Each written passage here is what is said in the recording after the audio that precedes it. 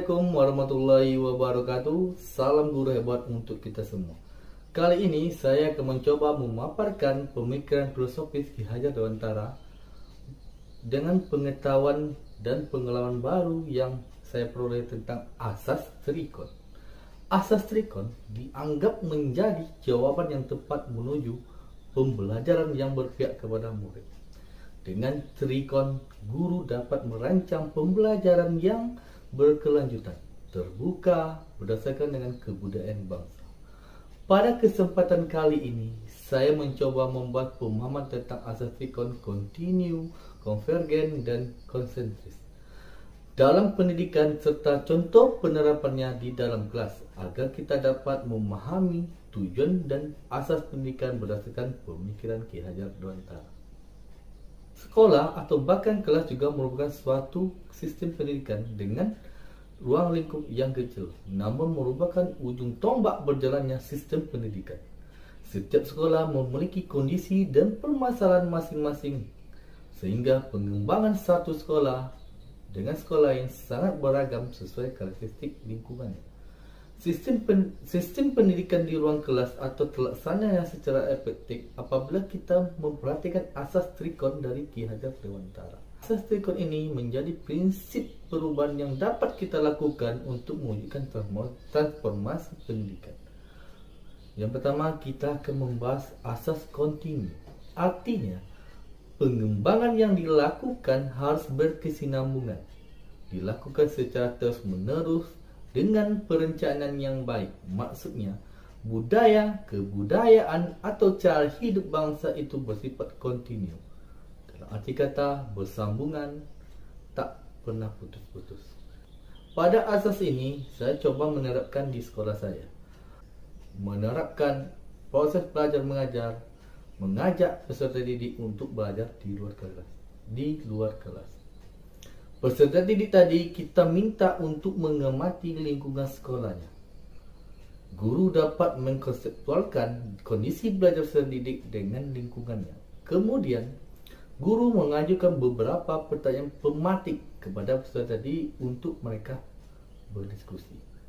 Seperti yang pernah saya lakukan, peserta didik saya minta untuk mengamati kondisi di lingkungan sekolah. Kemudian peserta didik dapat menemui berbagai macam hal yang dapat ditemui secara langsung.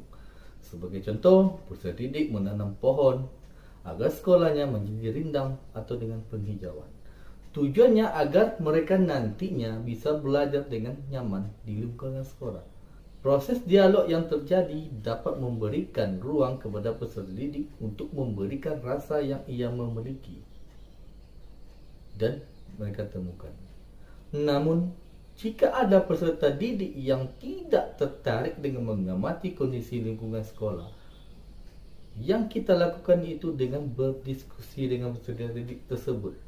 Lingkungan apa yang dia sukai dan dia minati. Dengan demikian, guru dapat memfasilitasi proses belajar peserta didik sesuai dengan keadaan lingkungan dan potensi yang dimiliki peserta didik, sehingga peserta didik dapat melihat hubungan dengan lingkungannya, masalah serta potensi yang terhubung dengan dirinya dengan proses pendidikan yang berjalan dinamis. Jadi, peran kita sebagai guru membantu peserta didik dalam mengelola dan merespon proses untuk menemukan dan menentukan tujuan belajarnya. Hal ini juga dapat mendorong terbentuknya kemampuan pengaturan belajar mandiri atau lebih dikenal dengan self-regulatory learning. Yang kedua, kita akan membahas dengan asas konvergen. Asas konvergen artinya bersama bangsa lain mengusahakan terbinanya karakter dunia sebagai kesatuan kebudayaan umat manusia di dunia, tanpa mengorbankan nilai atau identitas bangsa masing-masing. Praktik-praktik tersebut dapat kita pelajari untuk disesuaikan dengan kebutuhan yang kita miliki sendiri. Saat ini teknologi informasi telah semakin canggih sehingga dapat mempelajari kapan saja.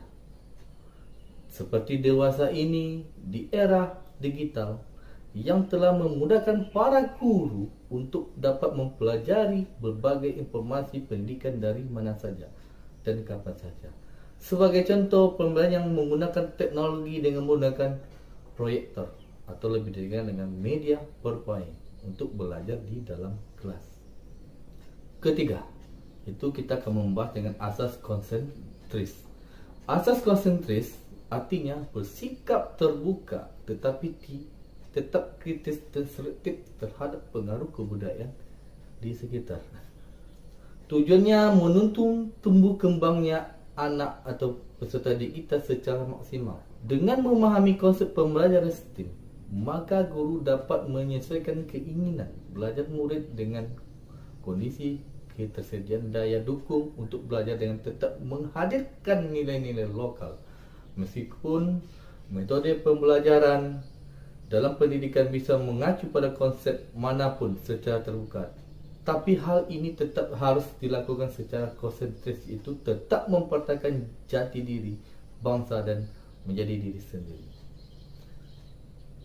Itulah 3 asas trikon yang saya bahas menurut pemikiran filosofis Ki Hajar Dewantara. Terima kasih. Assalamualaikum warahmatullahi wabarakatuh.